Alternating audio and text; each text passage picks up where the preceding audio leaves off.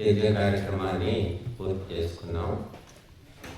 అందరూ ప్రసాదం కూడా తీసుకున్నారు. ఈ ప్రసాదం పొట్ట కోసం, నాలిక కోసం, కానీ అసలైనది జ్ఞాన ప్రసాదం. ఈ జ్ఞాన ప్రసాదం నిజంగా స్వీకరించే వాళ్ళు చాలా తక్కువ మంది ఉంటారు. అన్నం పెడితే అరిగిపోతుంది, చీరలు ఇస్తే చిరిగిపోతాయి. కానీ చెప్పిన ఉపదేశం నెత్తికెక్కితే జీవితమే కాదు జన్మనే మారిపోతుంది. కనుక మనది మహర్షుల పరంపర ఉన్న దేశం. మరి ఆ పరంపరను మనము మర్చిపోతున్నాం. దానివల్ల కష్ట నష్టాలు కూడా పొందుతున్నాం. ఈనాడు మెటీరియలిస్టిక్ థాట్ అంటే వస్తువాదము అనేది పెరిగిపోయింది. వినిమయవాదము అంటే కన్స్యూమరిజం అంట. యూజ్ అండ్ త్రో, వాడుకో వదిలేసి. ఎందుకు ఈ లోకంలోకి వచ్చాం మనం? అసలు ఏమైనా అర్థం ఉందా, తోక ఉందా అనేది ఎవరికి ఆలోచన రావటం లేదు. మహర్షులు ఎప్పుడో ఆలోచించి చెప్పేశారు. కొత్తగా మనం చెప్పేది ఏమీ లేదు, అవి తీసేది ఏమీ లేదు. అన్నీ గతంలోనే తపస్సు చేసి మహర్షులు సత్యాలు, ధర్మాలు, న్యాయాలు అన్నీ చెప్పేశారు. చెప్పినది తెలుసుకొని అనుసరించడమే మనం చేయవలసింది. అన్నం వండి పెట్టారు, కూరగాయలు వండి పెట్టారు, వడ్డించుకొని తినడం, నమిలి తినడం, అది మనం చేయాల్సింది. కాబట్టి మరి అది భారతదేశంలో ఉన్నటువంటి భారతీయులకు సులభ సాధ్యం, విదేశీయులకు కష్టం. మహర్షులు చెప్పిన ఉపదేశాలు విదేశీయులు నడవాలంటే కష్టమే. అయినప్పటికీ కూడా మనం చూస్తున్నాం ఈ మధ్య కాలంలో విదేశాల్లో వాళ్ళు కూడా మనలాగే బట్టలు వేసుకుంటున్నారు, మన ఆహారం తింటున్నారు, మనలాగానే మరి గాయత్రి మంత్రం చేపిస్తున్నారు. ఎక్కడో కొన్ని వేల మైళ్ళ దూరంలో ఉంటున్న విదేశీయులు అసలు అటువంటి వాతావరణం ఉంటూనే ఉండదు అక్కడ. వాళ్ళు మరి మహిళలు కూడా చాలామంది చీరలు కట్టుకొని వాళ్ళు హరిరామ హరిరామ డ్యాన్స్ చేస్తున్నారు. అసలు ఇప్పుడు మనకు రెడీమేడ్ చీరలు వచ్చేసాయి. చీర కట్టడం కూడా పెద్ద టైం వేస్ట్, రెడీమేడ్ చీర. మరి వాళ్ళు అలాగా అంటే ఈ ఆధ్యాత్మిక జ్యోతి సనాతన పరంపర అనేది ప్రపంచమంతా విస్తరించి ఉంది. తెలుసుకున్న వాళ్ళు కనెక్ట్ అవుతున్నారు, తెలుసుకుని వాళ్ళు ఎక్కడికి వెళ్ళిపోతున్నారు. ఎందుకంటే ఇది సర్వే జనాః సుఖినో భవంతు అని చెప్పినటువంటి పరంపర. నువ్వు బాగుండాలి, నేను బాగుండాలి, మన ఇద్దరమే బాగుండాలి అని చెప్పింది కాదు. అందరూ బాగుండాలి. ప్రపంచంలో ఉన్న సమస్త జీవులు, ఎవ్రీ బీయింగ్, చీమ నుంచి ఏనుగు దాకా, చేప నుంచి తిమింగల దాకా ప్రతి ప్రాణి కూడా సుఖశాంతులతో ఉండాలి అనేది మహర్షుల యొక్క కోరిక. అది వేదమాత యొక్క భావన. దానికి ఎంత దూరంలో ఉన్నాం మనం? లక్షల కోట్ల మైళ్ళ దూరంలో ఉన్నాం. ఆ భావన కూడా తెలియదు చాలా మందికి. ఆచరించడం పక్కన పెడతాం. ఆత్మవత్ సర్వభూతాని, నీ మాదిరిగా అన్ని ప్రాణులను భావించు, ఏ ప్రాణికి నష్టము చేయకు, కష్టపెట్టకు అనేటటువంటి భావన ఎంతమందికి తెలుసు? తెలిసే కదా భావనను మనం గ్రహించుకొని మన జీవితంలో నింపుకునేది, దింపుకునేది. అసలు ఆలోచనే తెలియదు. చదువుల్లో లేదు. ఇంగ్లీష్ చదువులో ఏముంది? టింకిల్ టింకిల్ అంతే, దిప్పి. అందుకని విశ్వజనీనమైన భావన, యూనివర్సల్ థాట్ అనేది మహర్షులు ఇచ్చారు. బావిలో కప్పలాగా బతుకుతున్నాం మనం. ఆ ఆలోచనలకు మనకు జీవితాలకు సంబంధం లేదు. ఇక్కడ మనం హోమం చేసాం, ఇది ఏమిటిది? స్వాహ స్వాహ అనేది సమర్థించాం అనుకుంటున్నాం. చాలా మనకు తెలియదు. ఈ ప్రపంచము కోసము, ప్రపంచంలో ఉన్న సమస్త జీవుల కోసము మనము ఈ ఆహుతులు సమర్పించాం. ప్రతి ప్రాణి పచ్చగా ఉండాలి, బాగుండాలి. జడములు, చేతనములు, సజీవములు, నిర్జీవములు, ఈ మొత్తము ప్రపంచమంతా బాగుండాలి. మనం చదివిన మంత్రాల్లో మా ఊరు బాగుండాలి, మా ఇల్లు బాగుండాలి, మా కులం బాగుండాలి, నేను బాగుండాలనే భావన లేదు. యూనివర్సల్ థాట్ అంటారు. విశాలమైన, ఉన్నతమైన, సూక్ష్మమైన, వ్యాపకమైన, నిత్యమైన భావనలు, ఆలోచన ధోరణి. సింహము ఏది లేకపోయినా గడ్డి తినదట. ఎండి చస్తుందేమో కానీ గడ్డి తినదట. అలాగా మహర్షులు ఆలోచన గొప్పదని చెప్పారు. ఆనో భద్రాదో యంతు విశ్వత. అన్ని వైపుల నుండి మంచి మంచి ఆలోచనలు మాకు అందాలి అనే కోరిక ఉండాలి.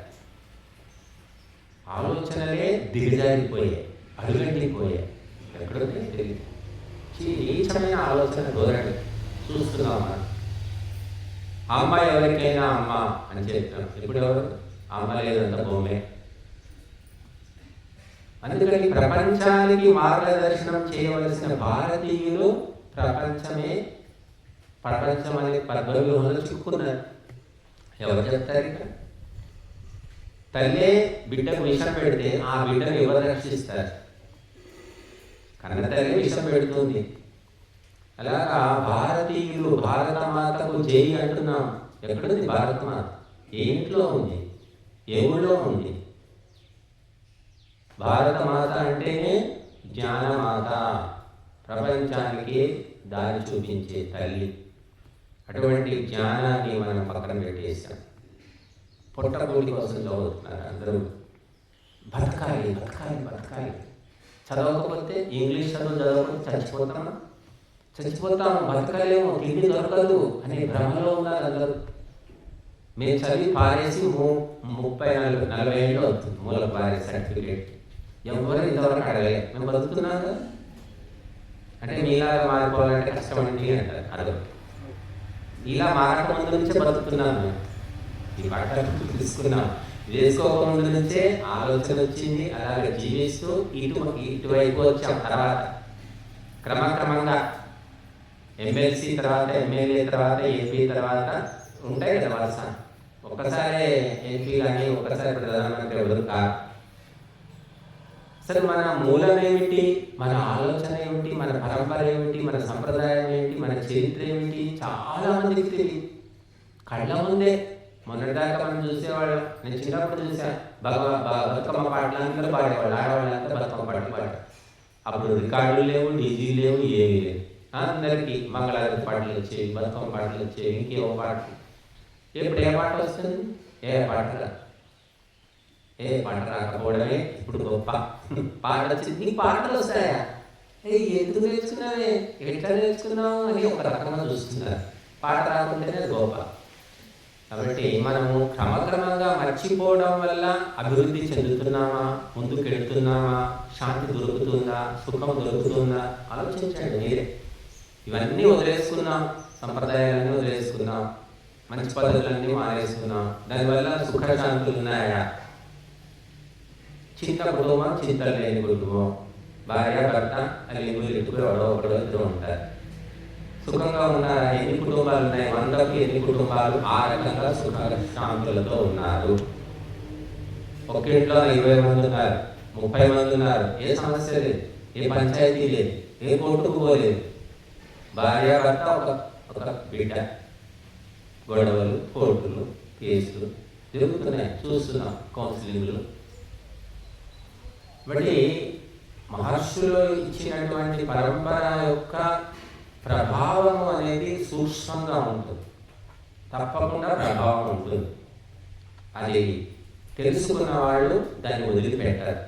కాన్సెప్ట్ అర్థం కావాలి. కాన్సెప్ట్ అర్థమైన వాళ్ళు ప్రాణం అయినా సరే వదిలిపెట్టారు.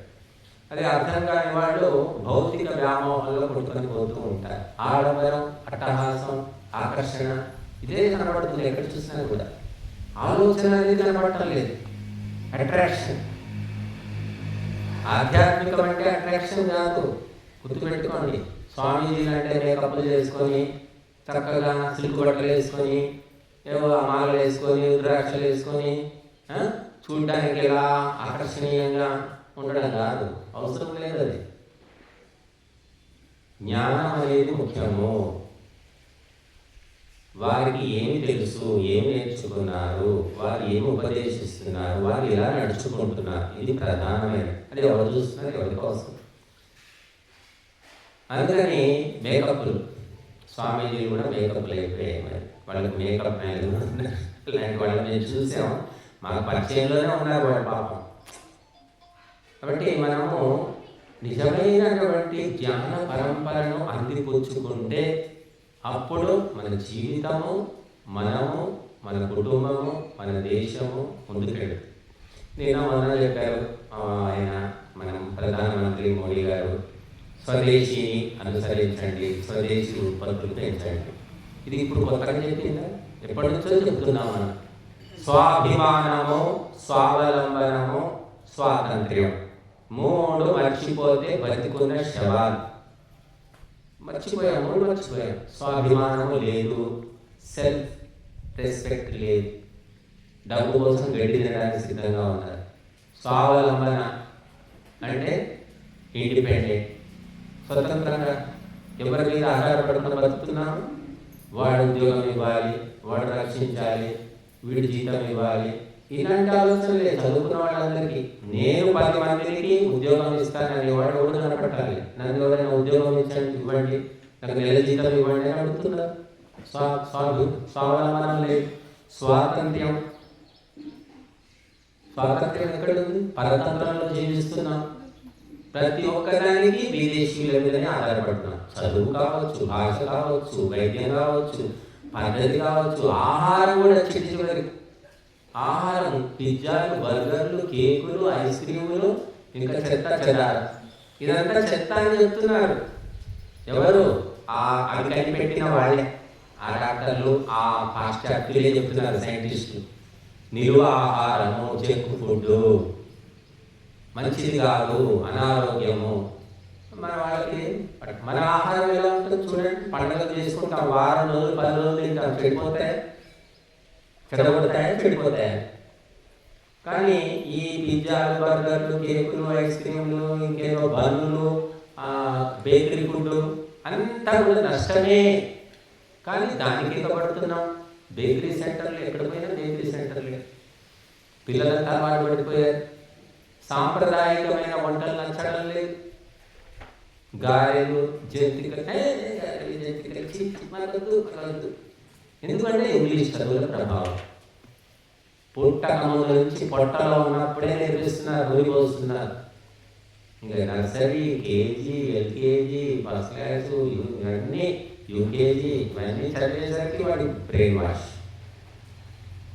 కాబట్టి మనము మన మంత్రాలన్నీ కూడా విశాలమైన ఆలోచనను అందిస్తున్నాయి మనకు. ఒక్క గాయత్రి మంత్రమే తీసుకోండి, అందులో ఏమడుగుతున్నాం గాయత్రి మంత్రంలో? ధియో యో నః ప్రచోదయాత్. ఓ భగవంతుడా, మా బుద్ధులను సన్మార్గంలో తీసుకొని పో అంటున్నాం. ఏమడుగుతున్నాం భగవంతుడిని?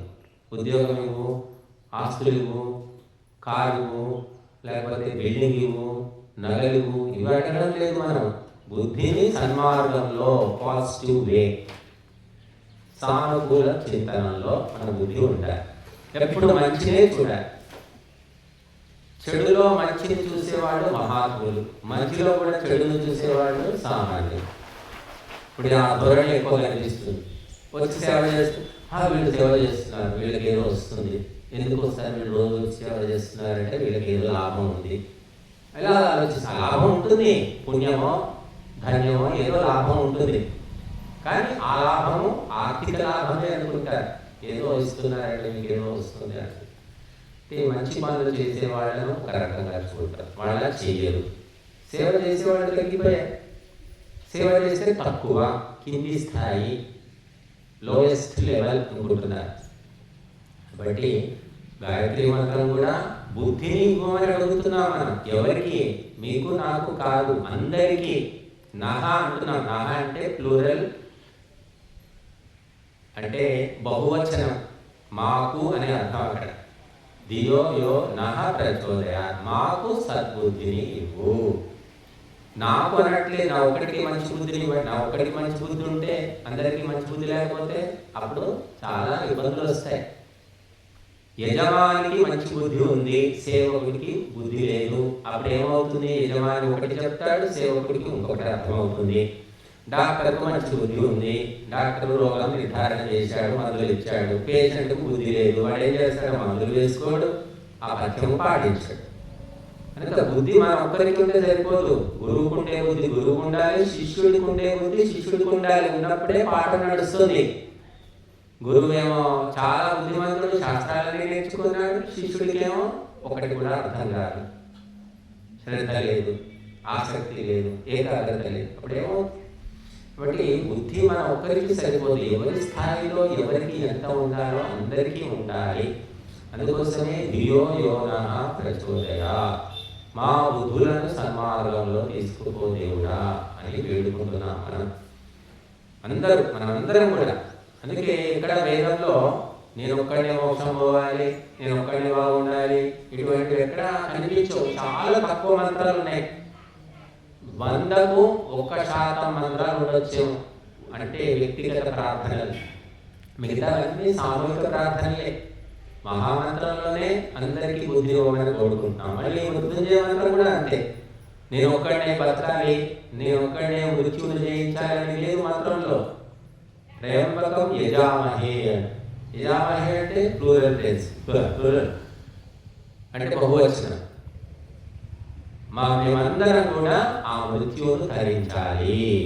ఒకటి బతికి ఏం చేస్తాం? అందరూ పోయిన తర్వాత ఒకటి ఏం చేస్తారు? మనిషి ఏమిటి? సామాజిక ప్రాణి, సోషల్ ఎనిమల్ అంటారు. ఒక్క గురువు ఉండి ఏం చేస్తాడు? ఏదో తోలుకుంటూ కూర్చోవాలి. శిష్యులు లేని గురువు ఏం చేస్తాడు? పిల్లలు లేని తల్లి ఏం చేస్తుంది? రోగులు లేని డాక్టర్ ఏం చేస్తాడు? ఆకు లేని చెట్టు ఏం చేస్తుంది? కాబట్టి అందరూ ఉండాలి. ఎవరి స్థాయిలో వాళ్ళు ఉండాలి, ఎవరి హద్దుల్లో వాళ్ళు ఉండాలి, ఎవరి బుద్ధితో వాళ్ళు ఉండాలి. అప్పుడు మనకు సుఖశాంతులు ఉంటాయి. బట్ ఇటువంటి గొప్ప భావనలు మనకు ఎన్నో వేద శాస్త్రాల్లో ఉన్నాయి. ఒక గాయత్రి మంత్రం, ఒక మృత్యుంజయ మంత్రం చాలు మనం తెలుసుకొని అందులోని అంతరార్థాన్ని మన జీవితంలో వంటబట్టించుకుంటే చాలు, జన్మ ధన్యమైపోతుంది. అందుకే ఏం చెప్తారంటే ఈ 4 వేదాలు, ఈ 20,000 మంత్రాలు సామాన్యుడు చదువుతాడా? కనీసం చదవగలుగుతాడా? నోరు తిరుగుతుందా? వాడు తిరిగితే తిరుగుతాడేమో, నోరైతే తిరగదు. మరి నోరు తిరగకపోతే వాడికి పుణ్యం ఎట్లా వస్తుంది? మరి వాడు మోక్షం పొందుతాడా? అందుకోసం ఏం చేశారంటే ఇవన్నీ అవసరం, షార్ట్ కట్ వే. దగ్గర దారి ఏంటంటే గాయత్రి మంత్రం నేర్చుకో, అన్ని వేదాల యొక్క సారము అని చెప్పారు. విత్తనము మర్రి వృక్షమునకు నేత. మర్రి వృక్షము, మర్రి చెట్టు విత్తనం ఎంత ఉంటుంది? చాలా చిన్నగా ఉంటుంది, గసాలాగా ఉంటుంది చిన్నగా. అంత చిన్న విత్తనాల నుంచి అంత పెద్ద చెట్టు వచ్చింది అంటే అది భగవంతుని యొక్క మహిమ.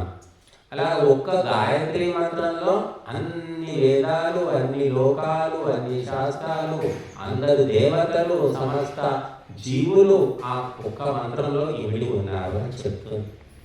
ఇంకొక సామాన్యుడు గాయత్రి జపం చేసుకొని తద్వారా అతడు సుఖశాంతులు పొందవచ్చు. ఇంకా అంతకు మించి కూడా ఉన్నారు కొంతమంది. గాయత్రి మంత్రం కూడా, అది కూడా భూ అనాలి, భూ అనాలి, గొంతులు ఎక్కడ పలికి రావాలి, మాకు నోరు తిరగదు, మేము పలకలేము అని కూడా కొంతమంది అంటారు. అలాంటి వాళ్ళ కోసం కూడా భగవంతుడు లాస్ట్ అండ్ ఫైనల్ ఓంకార జపం చేసుకోండి. ఇంతకంటే తేలికగానే ఉంది. గాలి కూడా చేత కాదంటే ఊరి పోసుకొని రావడం మంచిది. బట్ ఓంకారం అనేది మూగవాళ్ళు కూడా పలకగలుగుతారు అని చెప్తున్నారు. ఏ భాషలో వాళ్ళైనా తేలికగా పలకగలుగుతారు. ఇంగ్లీష్ వాళ్ళు కానివ్వండి, అరబ్ వాళ్ళు కానివ్వండి, ప్రపంచంలో ఏ దేశంలో పుట్టినా కూడా ఏది నేర్పాలన్నా కష్టం, కానీ అనడం కష్టంగా.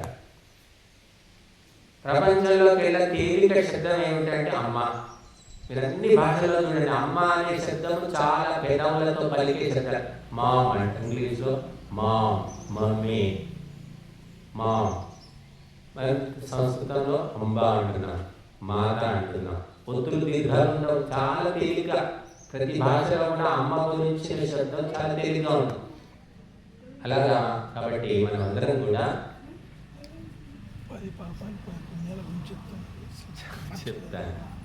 చెప్తానా చెప్పవలసింది చాలా ఉంది సిలబస్. కాబట్టి మనము ఆ ఓంకారము అన్నిటికీ మూలము అని చెప్పారు. చాలా తేలిక శబ్దం. ఏం చదువురాని వాళ్ళు చాలా మంది ఉన్నారు ఇక్కడ. చదువు రాకపోయినా పర్లేదు, సంస్కారం అనేది చాలా ముఖ్యమైనటువంటిది. సంస్కారం చదువు కంటే గొప్పదని చెప్పారు మా మహర్షులు. సంస్కారవంతులకు చదువు లేకపోవచ్చు, కానీ వాళ్ళు ప్రపంచాన్ని శాసిస్తారు.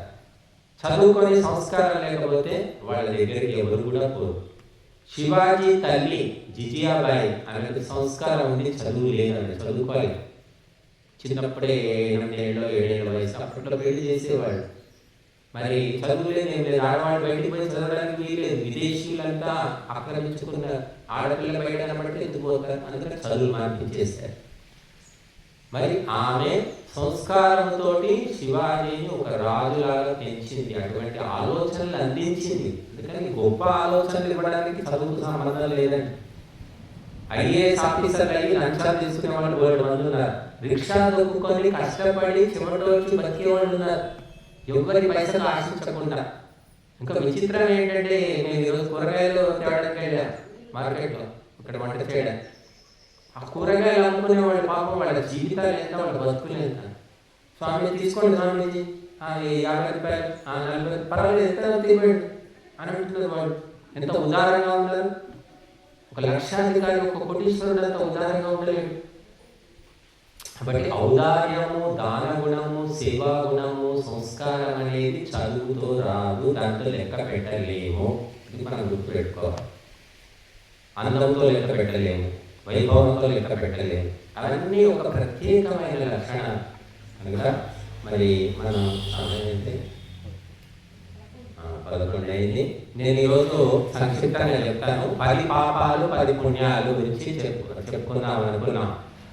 మనిషి పాపము చేస్తున్నాడు, పుణ్యము చేస్తున్నాడు. ఇది పుణ్యమని చేసేవాళ్ళకు తెలియచ్చు, తెలియకపోవచ్చు. ఇది పాపం అని కూడా చాలా మందికి తెలియకుండా పాపం చేస్తూ ఉన్నారు.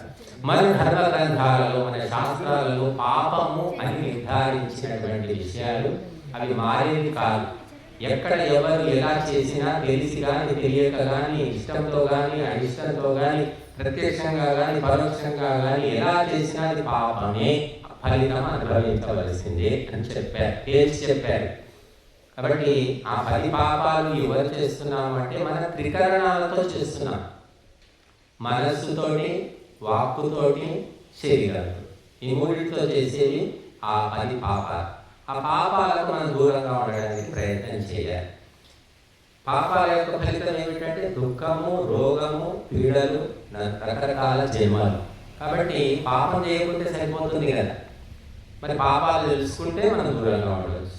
మొట్టమొదటిలో శరీరంతో చేసే పాపాలు 3 ఉన్నాయని చెప్పారు.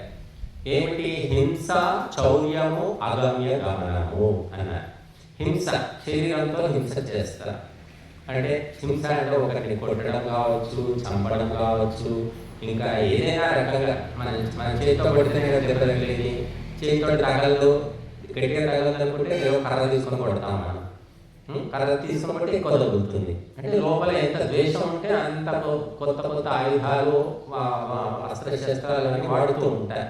కాబట్టి హింస మనం తెలిసి కానీ తెలియక కానీ ఇతర ప్రాణులను కానీ ఇతర వ్యక్తులను కానీ హింసించడం, అది పాపము అని చెప్పారు. అంటే కొంతమంది చూస్తుంటాం మనం, ఎంతో హింస చేసినప్పటికీ కూడా వారి పట్ల క్షమాభావన చూపిస్తారు. కొందరు ఇట్లా కాలు తగిలితేనే గొడవ వస్తుంది. కాలు తగిలితే, చీర తగిలితే, కొంగు తగిలితేనే కాపురాలు కూలిపోతాయి, గొడవలు అయిపోతూ ఉంటాయి. కొన్ని చోట్ల చూస్తాం. కొంతమంది కాలు తొక్కినా సరే పర్వాలేదండి, పర్వాలేదండి పాపం అని, ఇంకా అలాంటి మన వ్యక్తులు కూడా ఉన్నారు. కాబట్టి క్షమాగుణం, నిన్న మనం చూసాం అమెరికాలో ట్రంప్ దగ్గర ఎవరు భర్తను ఎవరు కాల్చి చంపేశారు దుండగులు. ఆమె ఆ భర్తను కాల్చి చంపిన వాళ్ళని క్షమిస్తున్నాను అని చెప్పేసింది ఆవిడ.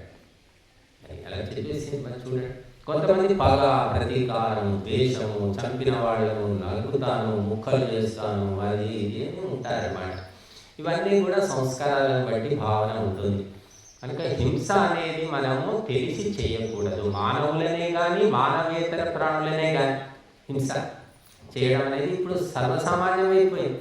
పండుగల్లో హింస జరుగుతుంది, తీర్థాల్లో జరుగుతుంది, దేవాలయాల్లో జరుగుతుంది, ఎన్నో చోట్ల హింస చేసుకుంటూ పోతున్నారు. ఇది శాస్త్ర విరుద్ధము. చివరికి భగవద్గీతలో కూడా చెప్పారు, థర్డ్ క్లాస్ మనుషులు అని చెప్పారు. ఎవరైతే హింసను ఇష్టపడతారో, హింసను ప్రోత్సహిస్తారో, హింస చేస్తారో, హింసతో జీవిస్తారో వాళ్ళు థర్డ్ క్లాస్, అంటే తమో గుణ ప్రధానమైన మనుషులు. వాళ్ళు మానవ రూపంలో ఉన్నారు తప్ప నెక్స్ట్ బర్త్ వాళ్ళకు రాదు అని చెప్పారు. కాబట్టి హింస చేయకూడదు, చేస్తే అది పాపం అని. చౌర్యం, దొంగతనం, అడగకుండా ఇతరులు కష్టపడి సంపాదించుకున్న వస్తువు కానీ చివరికి గడ్డిపోచ కూడా మనం అడగకుండా తీసుకోకూడదు, వితౌట్ పర్మిషన్. అది చౌర్యము, దొంగతనము అని చెప్పారు. మూడవది ఏమిటి? అగమ్య గమనము. అంటే తనకు సంబంధం లేని భార్య, అంటే భార్య కానీ భర్త కానీ ఇటువంటి సంబంధం ఏమీ లేకుండా, ధార్మికమైనటువంటి సామాజికమైన సంబంధం లేకుండా వ్యభిచారం చేయడం అన్నమాట. దాన్ని అగమ్య గమనము అని చెప్పారు. అత్యాచారము, వ్యభిచారము, అక్రమ సంబంధాలు ఈనాడు పేపర్ తిరిగేస్తే అదే. ఎందుకంటే ఏది పాపం ఏది పుణ్యం తెలియదు.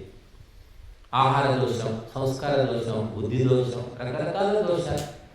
కాబట్టి అగమ్య గమనము అని చెప్పారు, అది ఒక పాపము. అంటే ఈ 3 పాపాలు శరీరంతో మనిషి చేస్తాడు, వాటికి ఫలితాలు అనుభవించక తప్పదు. రాముడైనా కృష్ణుడైనా ఎవరికైనా అనుభవించక తప్పని పరిస్థితి. కాబట్టి మనకు బుద్ధిమంతులు, గుణవంతులైన తల్లిదండ్రులు ఎవరికి ఉంటారో వాళ్ళు మొదటి నుంచి ఒక పద్ధతిగా పెంచడం వల్ల అటువంటి ఆలోచనలు ఆ పిల్లలకు కూడా రావచ్చు. కానీ మంచి కుటుంబంలో పుట్టనప్పుడు ఆ కుటుంబ దోషము, వంశ దోషం వల్ల చెత్త ఆలోచనలు వస్తాయి. అటువంటి పెంపకం కూడా అలా ఉంటుంది. కాబట్టి మనము ఎక్కడ పుట్టాలి కూడా మన అదృష్టం కొద్దిగా పుడుతూ ఉంటామట. కాబట్టి మనం ఎంతో పుణ్యం చేసుకుంటే ధర్మాత్ముల ఇంట్లో మనం పుడతాము. వాళ్ళు ఒక పద్ధతిగా మనల్ని పెంచుకుంటూ వస్తారు. కాబట్టి పుణ్యము చేసుకుంటే వచ్చే ఫలితము ఎప్పుడు కనిపించదండి. ఇప్పుడు రోజు హోమాలు చేస్తున్నాం, 5 ఏళ్ళు అయింది, ఏం కనబడుతుంది? బూడిద తప్ప మనకి ఏమీ కనిపించట్లేదు. కంటికి ఏమీ కనబడదు. పుణ్యం చేసినా పాపం చేస్తే కూడా అప్పటికప్పుడే ఫలితం ఏం రాదు. అది వచ్చినప్పుడు ఇందువల్ల వచ్చిందని మనిషి తెలుసుకోలేదు. అది ఎందుకు వచ్చిందో తెలియదు. అదృష్టం అంటాము, దురదృష్టం అంటాం, పుణ్యపాపాలు ఫలితాలు. కాబట్టి శరీరంతో హింస చేయకూడదు, చౌర్యం చేయకూడదు, అగమ్య గమనము చేయకూడదు అని చెప్పారు. తర్వాత వాక్కుతో చేసే పాపాలు 4 అని చెప్పారు. ఇదైతే అందరికీ సర్వసామాన్యం. మీరు పుణ్యం మూట కట్టుకోవాలంటే ఏమీ లేదండి, నోరు 4 అదుపులో పెట్టుకుంటే చాలు, ఎంతో పుణ్యం సంపాదించుకోగలుగుతాం. మొదటిది ఏమిటి? కఠోర భాషణం. చాలా కఠినంగా పుల్లవిచ్చినట్టుగా మాట్లాడడం చాలా మందిలో ఉంటుంది. నిజమైనప్పటికీ కూడా పుల్లవిచ్చినట్టు మాట్లాడకూడదు. ఒరే కుంటోడా రారా, కుంటివాడు నిజమే, వాడు కుంటివాడు నిజమే, కానీ కుంటోడా అని అనడంలో ఎలాంటి కఠోర భాష, మృదువుగా లేదు. అతనికి ఒక పేరు ఉంటుంది కదా, కుంటివాడు ప్రత్యేకంగా మనం గుర్తు చేయవలసిన అవసరం ఉందా? అది కఠోర భాషణ కింద వస్తుంది అన్నమాట. ఇంకా గొంతులో ఒక రకమైనటువంటి వ్యంగ్యం, ఒక రకమైనటువంటి తక్కువతనం అన్నమాట. పక్క వాడిని నీచంగా చూసే స్వభావంతో కఠోర భాషణ చేస్తూ ఉంటారు. చాలా భయంకరంగా. కొంతమంది అయితే అసలు మనం చెప్పుకోలేము అన్నమాట. ఈ కఠోర భాషణం వల్ల అందరూ శత్రువులు అయిపోతారు, పుణ్యము రాదు, పాపమే వస్తుంది. నిజమైనా కూడా నిష్ఠూరంగా చెప్పకూడదు, ప్రేమతోటి మృదువుగా, ప్రియంగా, మధురంగా చెప్పాలని చెప్పారు. నిజమే అయినప్పటికీ కూడా సందర్భాన్ని గమనించుకొని చెప్పాలి. నాకు తెలిసిపోయింది నిజం, నేను అందరికీ డబ్బు కొట్టి చెప్తాను అంటే దానివల్ల నష్టమే తప్ప లాభం ఉండదు. ఎప్పుడు చెప్పాలో ఆ నిజాన్ని అప్పుడు మనం గమనించుకొని చెప్పాలి. కఠోర భాషణము చేయకూడదు. సామాజికంగా సంబంధాలు ఉండాలి అనుకునేవాళ్ళు కఠోర భాషణం చేయకూడదు, చేసే పాపం అని చెప్పారు. తర్వాత పైశూన్యం. పైశూన్యం అంటే చాడీలు చెప్పడం. ఈ చాడీలు చెప్పడం అనేది చాలా మందిలో, చాడీలు అంటే ఏమిటంటే ఇక్కడి విషయాలు అక్కడికి చెప్పడం, అక్కడి విషయాలు ఇక్కడికి చెప్పడం. దానివల్ల ఏం జరుగుతుంది? ఏమైనా జరగవచ్చు, మంచి జరగవచ్చు, చెడు జరగవచ్చు. మనం ఊహించలేము అన్నమాట. మంచి కోసమే చెప్తుండొచ్చు కొంతమంది, అనుకుంటారు మంచి, మీ ఆవిడ ఇలా చేస్తుంది, భర్తలు చెప్తారు, భర్త ఇలా చేస్తారు, భార్య చెప్తారు, మీ పిల్లలు ఇట్లా ఇలా చెప్తూ ఉంటారు. సందర్భం గమనించకుండా ఇలా ఇక్కడికి అక్కడ చెప్పడం వల్ల కాపురాలు కూలిపోతాయి, కొంతమంది ఆత్మహత్యలు చేసుకుంటారు, హత్యలు జరుగుతూ ఉంటాయి. ఉన్నదానికి ఇంకా మసాలా జోడించి మళ్ళీ చెప్తుంటారు. ఇది చాలా చూస్తుంటాం మనం ఊళ్ళలో ఎక్కువ. ఇంకా ఊళ్ళల్లో ఏదైనా కొద్దిగా ఎంతుంటే మొత్తం ఊరు ఆ 100 ఏళ్ళు తిరిగి వచ్చేసరికి ఆ ఒక్క నిజం కాస్త భయంకరమైన నిజంగా మారిపోతుంది. కాబట్టి ఈ పైశూన్యము చాడీలు చెప్పడం అనేది చేయకూడదు, అది పాపం అని చెప్పారు. చెప్పాలి అనుకున్నప్పుడు ఆలోచించుకొని పరిణామం ఏంటి అని గమనించుకొని చెప్పాలి. తర్వాత విద్యాభాషణము అంటే అబద్ధాలు చెప్పడం. విద్యాభాషణం అంటే అసత్య భాషణం. అసత్య భాషణంతో నడుస్తుంది నాడు ప్రపంచం అంతా కూడా. సెల్ ఫోన్ వచ్చిన తర్వాత మరీ ఎక్కువైపోయింది. సెల్ ఫోన్లో మనం ఏదైనా మాట్లాడుతున్నాం, కనబడం కదా, ఆ వీడియో ఆన్ చేసినా కనబడతాం, లేకపోతే కనబడం. అసత్యం అనేది చాలా పిల్లలు చిన్నప్పటి నుంచి స్కూల్లో వాళ్ళు నేర్పిస్తారా, మనకి నేర్చుకుంటారో తెలియదు. పిల్లలు అయితే అబద్ధాలు నీళ్లు తాగినట్టు అబద్ధాలు ఆడిస్తున్నారు. ఒకప్పుడు అబద్ధాలు ఆడాలంటే భయపడేవాడు, ఇప్పుడు నిజం చెప్పాలంటే భయపడి వస్తున్నారు. అబద్ధం ఆడితే ఎవరు భయపడటం లేదు. కాబట్టి అబద్ధము, ఈ అసత్య భాషణము కూడా వాక్కుతో చేసే పాపము అని చెప్పారు. తర్వాత ఇక 4వది ఏమిటి? పైశూన్యము, అసత్య భాషణము, తర్వాత మిథ్యా భాషణము, 4వది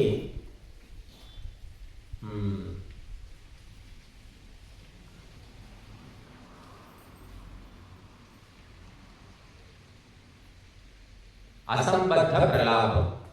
4వది ఏమిటంటే అసంబద్ధ ప్రలాపం అంటే తల తోక లేకుండా పిచ్చివాగుడు వాగడం. ఇంకా తెలుగులో చెప్పాలంటే కొంచెం పిచ్చివాగుడు వాగుతూ ఉంటారు. ఏమిటో అర్థం తెలియదు, ఎందుకు మాట్లాడుతున్నారు, ఇక్కడ సందర్భమే లేదు, ఎందుకు ఈ విషయాలన్నీ మాట్లాడుతున్నారంటే ఏముండదు అక్కడ. అవసరమా లేదా, వాడు వింటున్నాడా లేదా గమనించకుండా అసంబద్ధ ప్రలాపం చేస్తున్నాడు. అది కూడా పాపమే అని చెప్పారు. చూడండి, చాలా మందికి అది తెలియదు, ఏదో ఒకటి మాట్లాడాలి, 10 మందిలో ఏదో ఒకటి మాట్లాడాలి అని మాట్లాడుతూ పోతూ ఉంటారు. అది కూడా పాపమే. ఈ 4 పాపాలు వాక్కుతో చేస్తాం కాబట్టి ఈ పాపాలు చేయకుంటే మనం పుణ్యం సంపాదించుకున్నాడు. అందుకే నోరు మూసుకున్నంత పుణ్యం లేదు, బోడుకున్నంత సుఖం లేదు అని చెప్పారు. బోడుగుడు చేసుకుంటే ఏ బాధ లేదు, నూనె పెట్టుకునే బాధ లేదు, దుక్కునే బాధ లేదు, పేళ్ల బాధ ఉండదు, ఏ బాధ ఉండదట. అలాగా నోరు మూసుకుంటే ఏ సమస్య ఉండదు. చాలా కాపురాలు బాగుపడతాయి, పోలీస్ స్టేషన్ సగం మూతపడతాయి నోరు మూసుకుంటే. భర్త తిట్టినప్పుడు భార్య నోరు మూసుకోవాలి ఒక అరగంట సేపు, ఏమైనా తిట్టుకొని. తర్వాత ఆయన కోపం తగ్గిపోయాక ఆమె తిడితే తినొచ్చు, తర్వాత విషయం. కానీ ఆయన తిట్టినప్పుడు ఆమె తిట్టడం, ఆమె తింటే ఆయన తిట్టడం, ఇది అగ్గిల గుగ్గిలలాగా అయిపోతుంది. కాబట్టి మౌనేన కలహో నాస్తి అన్నారు. నోరు మూసుకుంటే అన్ని గొడవలు సత్తుమడుగుతాయట. నేను చిన్నప్పుడు మా ఇంట్లో మేము అక్క తమ్ముడు అంతా 6 ఉండేవాడు. ఇంకా 6 అందరూ ఇంకో 6 ఉన్నాక ఏదో ఒక గొడవలు అవుతూనే ఉంటాయి పిల్లలకి. గొడవలు అయితే మేము ఏంటంటే మాట్లాడకపోయేవాళ్ళం. మా అక్కతో గొడవ అయితే అక్కడితో మాటలు మానేసేది. ఎన్ని రోజులు, సంవత్సరాలు. మా తమ్ముడితో గొడవ అయితే తమ్ముడితో మానేయడం. 1 రోజు 2 రోజులు కాదు, 7 ఏళ్ల తరబడి మానేసేవాళ్ళం. కాకపోతే ఇంట్లోనే ఉండి పనుల్లో సహకరించుకునేవాళ్ళం, మాట్లాడకుండా పని చేసుకునేవాళ్ళం, కలిసిమెలిసి మాట్లాడేవాళ్ళం కాదు. ఎందుకంటే మాట్లాడితే గొడవలు వస్తాయి. ఎందుకు? కాబట్టి ఆ సూత్రం అనుసరిస్తే చాలా కుటుంబాలు బాగుపడతాయి. మాట్లాడడం మానేసేయండి, పని చేయండి, భర్తకు సేవ చేయండి, లేదా భార్యకు చేయండి, కానీ మాట్లాడడం మానుకో. పొడి మాటలు మాట్లాడుకుని అవసరం అనుకుంటే అది కూడా మాట్లాడడం నష్టమే లేదు. కాబట్టి అసందర్భ ప్రలాపము అనేది కూడా ఒక పాపం అని చెప్పారు. తెలియదు చాలా మందికి. ఏదో ఒకటి బాగుంటాడు, పిచ్చివాడు, వాడు వస్తున్నాడు, ఆయన పిచ్చివాడు అవుతాడు, వాడు తలతో ఉండదు అంటారు. ఇక్కడ పేరు కూడా వచ్చేస్తుంది కొంతమందికి అట్లా. కాబట్టి ఇది వాక్కుతో చేసే 4 పాపాలు మానేసుకోవాలి. ఇంకా మిగిలినది మనస్సుతో చేసే పాపాలు 3 ఉన్నాయి. ఈ మనసు, ఎవరి మనసు వాళ్ళకే తెలియదు. మన మనసులో ఏముందో మనకే తెలియదు. పేపర్లో చూస్తుంటాం హత్యలో 2 రకాల హత్యలు. అప్పుడు ప్లానెడ్ మర్డర్, అన్ప్లానెడ్ మర్డర్. అంటే ప్లాన్ అంటే ముందే అన్ని రకాలుగా ఏర్పాట్లు చేసుకొని చంపడానికి రకరకాల వస్తువులు అని వ్యక్తులని కుదుర్చుకోవడం, ఇది ప్లానెడ్ మర్డర్ అంటారు. దానికి శిక్ష ఎక్కువ ఉంటుందట. అన్ప్లానెడ్ అంటే ఆవేశంలో అప్పటికప్పుడే ఏదో దొరికింది తీసుకొడితే చచ్చిపోదు. చంపాలనే ఉద్దేశం అతనికి లేదు, ఆమెకు లేదు, కానీ చచ్చిపోయేది. అన్ప్లానెడ్ మర్డర్, దీనికి శిక్ష తక్కువ ఉంటుందట. ఏం చెట్టాలో ఎక్కడి నుంచి రాశారో మనకి తెలియదు. కనుక ఆ మనసులో ఉండేటటువంటి రకరకాల సంస్కారాలు, ఆలోచనలు, గుణాలు ఎవరికి తెలియదు, అయ్యేదాకా తెలియదు. కొంతమంది ఉంటారు, నేను పెళ్లి చేసుకోను అని చెప్పుకొని తిరుగుతూ ఉంటాడు. మళ్ళీ ఎప్పుడో 10 ఏళ్ళ తర్వాత చూస్తే వాడికి 2 పెళ్ళిళ్ళు అయి ఉంటాడు. కొంతమంది చేసుకుంటారు వాడి పెళ్ళే కాదు అసలు. అలాగా మనసులో ఏముంది, ఏం జరుగుతుంది అనేది చాలా మందికి తెలియదు. అందుకోసం మనసుతో చేసే పాపాలను గమనించడం. ఏమిటి పాపాలు? పరద్రవ్య అభిచింతనము అన్నారు. అంటే ఇతరుల ధనాన్ని ఎట్లా దోచుకుందాము, ఎట్లా కొట్టేద్దాము, వాటిని ఎట్లా మోసం చేద్దాము, ఈ ఆలోచనలు అన్నమాట. అవన్నీ సఫలమవుతాయా కావా తర్వాత విషయం. ఆలోచన అయితే ఉంటుంది, రేవాడు పక్కకు చూస్తున్నాడు, పర్సు పెద్దగా కనబడుతుంది, మెల్లగా వేసుకుంటే బాగుంటుంది, జోబు దొంగలు, గజ దొంగలు వీళ్ళంతా ఉంటారు కదా, వాళ్ళు మళ్ళాగానే ఉంటారు. మంచి డ్రెస్ వేసుకొని బస్ స్టాండ్లో లేకుంటే రైల్వే స్టేషన్లో చూస్తూ ఉంటారు, అవకాశం కోసం చూస్తుంటారు. మనం ఏమన్నా పాఠం అన్నప్పుడు దొంగిలిస్తారు. ఈ దొంగతనం ఎలా అనుకోకుండా చేస్తారు కాబట్టి ఆలోచనలు ఉంటేనే కదా దొంగతనం చేసేది. మనసు లోపల ఆ సంస్కారాలు, ఆలోచనలు ఉంటాయన్నమాట. పరద్రవ్యాభి చింతన, ఇతర ద్రవ్యాన్ని దాచేసుకుందాం, దోచేసుకుందాం అనే ఆలోచనలు అన్నమాట. అన్నీ సఫలం కాకపోవచ్చు, కానీ ఉండనైతే ఉంటాయి ఆలోచన. కనుక ఆ మనసుతో కూడా చేయడం తప్పు అని చెప్పారు. మనసులో ఆలోచన కూడా చేయకూడదు. తర్వాత నాస్తిక్యం. రెండవది ఏమిటంటే నాస్తిక్యం అంటే దేవుడు లేడు, దయ్యం లేదు, పుణ్యం లేదు, పాపం లేదు, బతికిన రోజులు బతుకు, తిను తాగు తందనాలాడు, అప్పు చేసి అప్పుడు తిను, ఏమన్నా చేయి, ఎవడు వస్తాడు, ఎవడేం చేస్తాడు, ఏ గవర్నమెంట్ మారితే ఏం ఒరిగేదండి. ఇలాగా పూర్తిగా ఆత్మ, పరమాత్మ, పునర్జన్మ, పుణ్య పాపాలను లెక్క పెట్టకుండా విచ్చలవిడిగా ఉండడం అన్నమాట. నాస్తిక్యం అంటారు. వాడు పొద్దులు వేస్తే స్నానం చేయడం, పూజ ఉండదు, ధ్యానం ఉండదు, దీపం వెలిగించేది లేదు, ఏమి ఉండదు అన్నమాట. వాడు ఆ చేసేవాళ్ళు ఎందుకే దీపాలు వెలిగిస్తా వేస్ట్ అంటాడు. పూజ ఎందుకే పూజలు వేస్ట్ అంటాడు. యజ్ఞం ఎంత వేస్ట్, ప్రతి ఒక్కటి వేస్ట్ అంటాడు. నాస్తిక్యం అంటారు. అంటే దేవుడు దైవం ఏమీ లేదు, నేనే దేవుణ్ణి, నాకే పూజలు చేయండి, ఇట్లా అని ఆశ్చర్యపోయాను, అవసరం లేదు. అలాగే ఇంకా మూడవది ఏమిటంటే నాస్తిక్యం కాకుండా మూడవది పరదార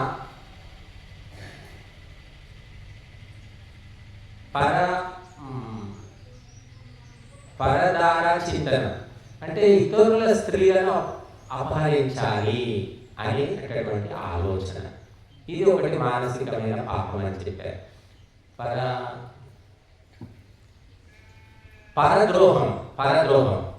పరద్రోహం అంటే ఇతరులకు చెడు చేయాలి, వాడిని చంపాలి, వాడి పాపరం కూల్చాలి, వీడిని నాశనం చేయాలి, వాడిని అడ్రస్ లేకుండా చేయాలి, ఇలాంటి ఆలోచనలు పరద్రోహ చింతనం. ఇతరులకు ద్రోహం చేయాలి అనే ఆలోచన చేయడం. ఈ మానసికంగా కూడా ఇవన్నీ చెయ్యకూడదు అన్నారు. మనం చేతనైతే మంచి చెయ్యి, లేకపోతే నువ్వు చూసుకో, ఊరుకో. కానీ మానసికంగా అంటే పగ, ప్రతీకారం, ద్వేషం ఉన్నప్పుడు వాడు ఎన్నో రకాల ఆలోచిస్తుంటారు. అవన్నీ అవ్వచ్చు, కాకపోవచ్చు, లేదా వాడినే నష్టం కావచ్చు, కానీ ఆలోచన సాగుతూ ఉంటుంది అన్నమాట. మొన్న పేపర్లో చూసాం మనం, ఏదైతే ఇక్కడ కేరళలో ఎప్పుడో 20 ఏళ్ళ కిందట స్కూల్లో చదువుకున్నప్పుడు గొడవ అయిందట. గొడవ అయిన తర్వాత స్కూల్లో గొడవ అయిపోయి 40 ఏళ్ళు అయింది, వాళ్ళు 60 ఏళ్ళకి వచ్చారు. వాళ్ళు ఎదురుపడ్డప్పుడు ఆ గొడవ గుర్తు పెట్టుకొని అప్పుడు దాడి చేశాడట ఆ స్కూల్ ఫ్రెండ్ మీద. చూడండి, ఎన్ని ఏళ్ల తర్వాత కూడా గుర్తు పెట్టుకున్నారు. కొంతమంది జన్మలు గుర్తు పెట్టుకుంటారు ఆ పగ, ప్రతీకారం అనేది. కాబట్టి మనం అనుకుంటే బాగా, వదిలేస్తే ఏమీ లేదు.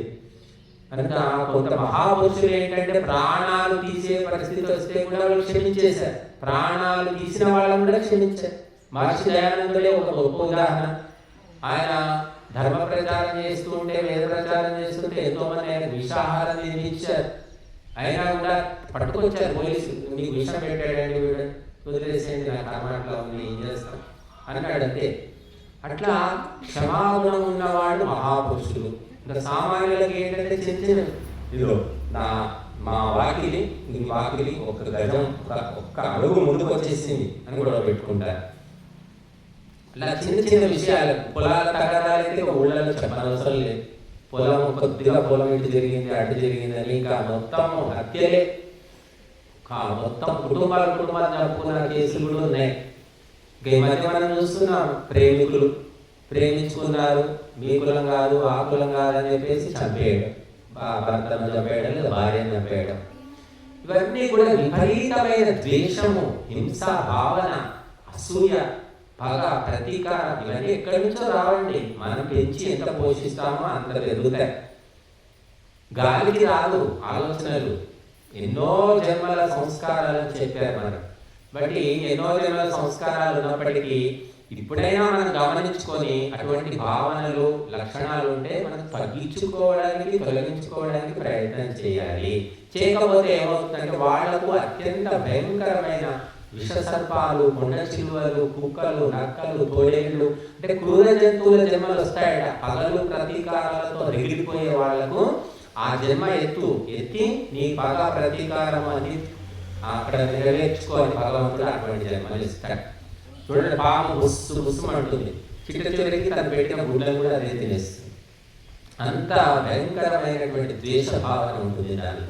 ఇప్పుడు పోరాటో అటువంటి జన్మలు ఎత్తి నీ యొక్క పగ ప్రతీకారను ఆ జన్మ ద్వారా నెరవేర్చుకొని భగవంతుడు అటువంటి జన్మలు ఇస్తాడు. కాబట్టి మనము సాధ్యమైనంత వరకు కూడా మానసిక పాపాలను గమనించుకొని, దోషాలను గమనించుకొని తొలగించుకోవాలి. వాచిక దోషాలు కూడా గమనించుకోవాలి. అలాగే శారీరకమైనటువంటివి అయితే లెక్కేది. ఎన్ని పాపాలు జరుగుతున్నాయో శరీరంతో చేసే పాపం, కేవలం శారీరక సుఖాల కోసం. దొంగతనం పాపమే, కానీ ఆకలితోటి ఎవరైనా ఒక అరటిపండు 4 అరటిపండ్లు ఇంకేదో లాక్కొని తింటే ఎవరు పాపం అని చెప్పరు. ఏ శాస్త్రం కూడా చెప్పట్లేదు. కానీ విందులు, వినోదాలు, విలాసాల కోసం దొంగతనాలు చేస్తున్నారు, చీటింగ్ చేస్తున్నారు, కంపెనీలు పెడుతున్నారు, బ్యాంకులు పెడుతున్నారు, నమ్మించి లక్షలు వేసుకొని పోతున్నారు. ఈ ఊళ్ళో కూడా ఆ మధ్య ఎవరో చెప్పారు, ₹1,00,00,000 ఎవరో తీసుకొని పోయారు నమ్మించి. శిక్ష లేదు వాడు అనుకుంటారు వాళ్ళు, కానీ భయంకరమైన శిక్షలు భగవంతుని వ్యవస్థ ద్వారా జరుగుతూ ఉంటాయి. కాబట్టి మనము గమనించుకొని వాక్కును, శరీరాన్ని, మనస్సును అదుపులో పెట్టుకునే ప్రయత్నం చేయాలి. మరి అనేక జన్మ వాసనలు అలా ప్రేరేపిస్తూ ఉంటాయి. కాబట్టి అది గమనించుకొని సత్సంగము ద్వారా, ధ్యానం ద్వారా, ధర్మ కార్యాల ద్వారా, స్వాధ్యాయం ద్వారా మనము వాటిని దూరం చేసుకోవచ్చు. క్రమంగా మార్పు వస్తుంది, రాదనేం కాదు. మనం చూసాము, అది ఉత్తరప్రదేశ్లో తీహార్ జైలు అంటే మొత్తం భారతదేశంలో భయంకరమైన జైలు. చాలా కరుడు కట్టినటువంటి నేరస్తులు ఉంటారు అక్కడ, భయంకరమైన నేరస్తులు. అటువంటి జైలు లోపల మరి కిరణ్ బేడి అనే ఆవిడ అక్కడ ఆఫీసర్గా ఆమెకు అపాయింట్మెంట్ ఇచ్చారు. ఆ జైలు మొత్తానికి ఆమె అధికారి. ఆమె బుద్ధిమంతురాలు, సంస్కారవంతురాలు కనుక పోయి ఖైదీలందరినీ బాగు చేయాలనుకుంది. యోగా ప్రవేశపెట్టింది. పొద్దున్నే అందరూ లేవడం, యోగా చేసుకోవాలి, సత్సంగం చేయాలి, మరి సాత్విక ఆహారం తినాలి. అలా అందరినీ బయట నుంచి సాధువులను, స్వామీజీలను పిలిపించి వాళ్ళతో ఉపదేశాలు ఇప్పించింది. మారిపోయారు, చాలా మంది మారిపోయారు. అసలు జైలులాగా లేదు. అలా మనిషి అనుకుంటే మార్పు అనేది వస్తుంది. కాబట్టి ప్రతి ఒక్కరు కూడా తమ లోటుపాట్లు, ఎక్కువ తక్కువలు తెలుసుకొని దిద్దుకోవడానికి ప్రయత్నం చేయాలి తప్ప వాటిని కవర్ చేసుకోవడానికి ప్రయత్నం చేయాలి. ఏమైంది, కోపం ఎక్కువ, ఏ కోపం నా కోపం ఏం కోపం ఉంటుంది, నేను మంచి కోసమే చెప్తాను అంటారు కొంతమంది.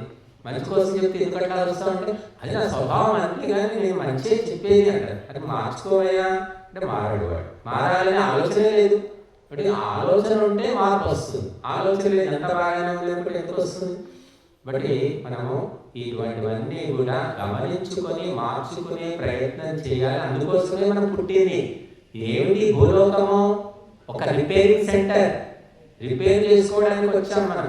రిపేర్ వదిలేసి పేరు కోసం పాపలాడుతున్నాం మనం. ప్రతి ఒక్కరు కూడా తనను తాను బాగు చేసుకోవాలి. ఎవ్వరు బాగు చేయరు. 24 గంటలు ఏ డాక్టరు ఉండడు, ఏ పోలీసు ఉండడు, ఏ టీచర్ ఉండడు, ఏ గురువు ఉండడు.